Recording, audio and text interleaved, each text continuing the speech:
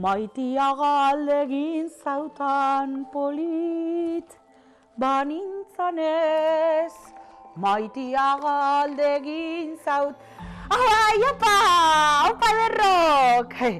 Berriro zeuekin, Mari Maistra, Euskaldun, Ganorabako guztien zalantzak eta kezkak argitzeko prest. Badakizue, nirekin kontaktuan jartzeko 3 bide dituzuela, WhatsApp, Twitter eta emaila. Ai, ederrok, gaur autobatzaileen nabil. Bai, kuskusian ibili naiz.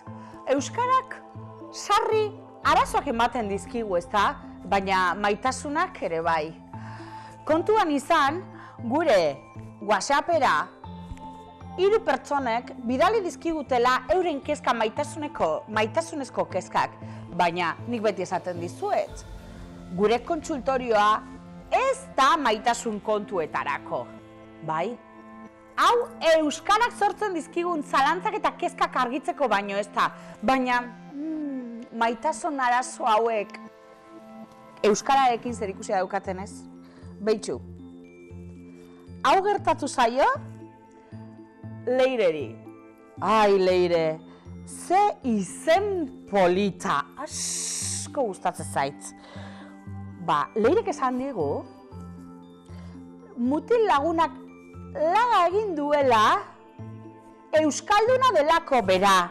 Bai, euskalduna delako. Baina nola liteke? Baina hau ez da txarrena. Olatzek ere idatzi digu esateko mutil lagunak utzi egin duela familia euskaldunekoa delako. Baina zer da hau? Gauza bat esango dizuet, Mutil horiek, ez zaituzte maite, bai? Horrelako Ganorabako mozoloak ondoan edukitzea baino, hobera beste dozein gauza, benetan diotsuet. Bai, eta Jonek ere beitu zer esan digun. Neskalagunak gazteleraz egiten nau, eta ez dakit zer egin. Jon, egiten nau, lehengo zuzen egin beharko zenuke, ez da? Egiten dit. Bai, tira, uz dezagun. Gaztelaniaz hitz egiten dizu. Bueno, errok. Mozolo Ganorabako hoiek pikutara utikan. Bueno, gazteak zarete. Bizi, egin beste gauza batzuk. Horrako jentearekin ez du merezi, Baina tira, badakit maitasuna denon gustokoa dela eta norbaitek topatu nahiko balu. Maite euskaldun bat, maitale euskaldun bat, nik konjurotxo bat, arao bat, erakutziko dizuet. Bai. Hau egiten baduzue, nik pentsatzen dut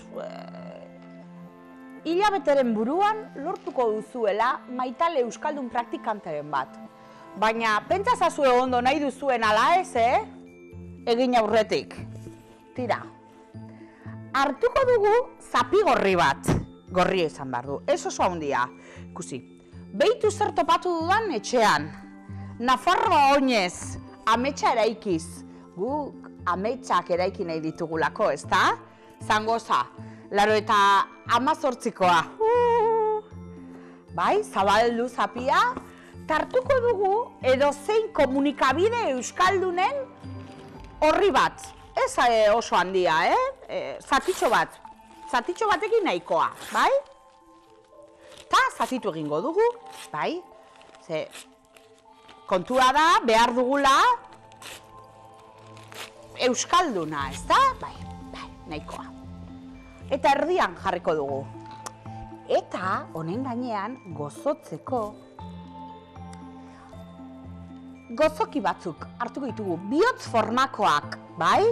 Guk, kasu honetan, gomazko gominolak aukeratu ditugu, bai? Bihotz formakoak, zuen gustokoak, bai?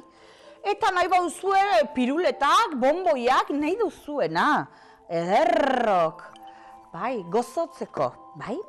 Eta orduan, dena bildu eginda, bai, holako paketetxo bat egingo dugu, eta paketetxoa itxi aurretik, kolonia gozo batekin, flus egingo dugu. Ez pasatu, gehiagiere eta ez da komeni? Bueno, hartu, bai. Eta paketetxoa egin dugunean, eskubia jarri horrela, eta egin. San Antonio, ekarri, amodio. Gaurkoz, amaitu da Mari Maestraren saioa. Kontuan izan, maitalea izan edo ez izan, beti euskaraz egitea. Kentzazpiren ilargiak argi egin diezazuela.